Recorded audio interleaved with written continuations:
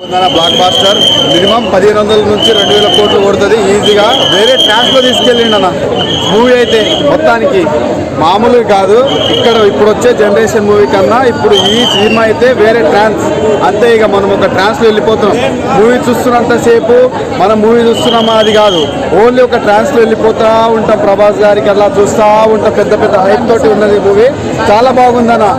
Star rebel star ఎలానా అన్నా ఇప్పుడే రాజా సాబ్ అనే మూవీ చూసానా, నిజంగా చెప్తున్నా సాబ్ కే సాబ్ బోల్తే ప్రభాస్ సాబ్ అనాలి అనిపించింది అన్న. నిజంగా ఇన్ని రోజులు యాక్షన్ యాక్షన్ యాక్షన్ యాక్షన్ అని చెప్పేసి చూస్తుంటే యాక్షన్ లో కూడా మనం వేరే లెవెల్. కానీ నిజంగా ఈ ఫ్రెష్ లుక్స్ తోని అసలుకి ఓ 2.5 hours మొత్తం స్క్రీన్ పైన కనిపిస్తే నిజంగా చెప్తున్నా సంక్రాంతి ఇంకా రానిక 2-3 రోజులు ఉందేమో కానీ నాకు ఈ రోజే సంక్రాంతి లాగా అనిపించింది అన్న.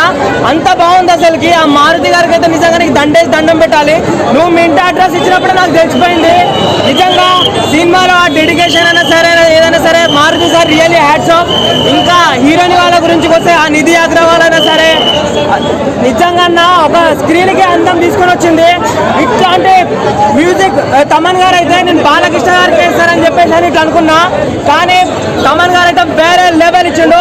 ఓవరాల్ గా సినిమా మాత్రం నిజంగా సంక్రాంతికి నేనేమంటున్నా అంటే ఇప్పుడు లేకుంటే సంక్రాంతికి వెళ్తే నాకు తెలిసి మిగతా సినిమాలన్నీ ఫ్లాప్ అయిపోతుంటే ఆ రేంజ్ లో అనిపించింది నాకు.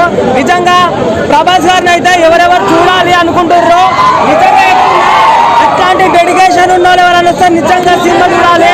ఎప్పుడు యాక్షన్ యాక్షన్ కాదు, ఒక హర్రర్. నేను నిజంగా అనుకున్నా ప్రభాస్ పెద్ద టాస్క్ నిజంగా చేస్తాడో చేయడం అనుకున్నా అని ఓర్ని అమ్మ వేరే లెవెల్ అదిరిపోయింది అసలుకి. నాకు దయ్యం కనిపిస్తుంటే కూడా నాకు ఏమనిపించలే, కానీ ప్రభాస్ కనిపిస్తుంటే మాత్రం నాకు వేరే లెవెల్ అనిపించింది. నిజంగా చెప్తున్నా రాజులకే రాజు ప్రభాస్ రాజు అట్లా అనిపించింది అన్న.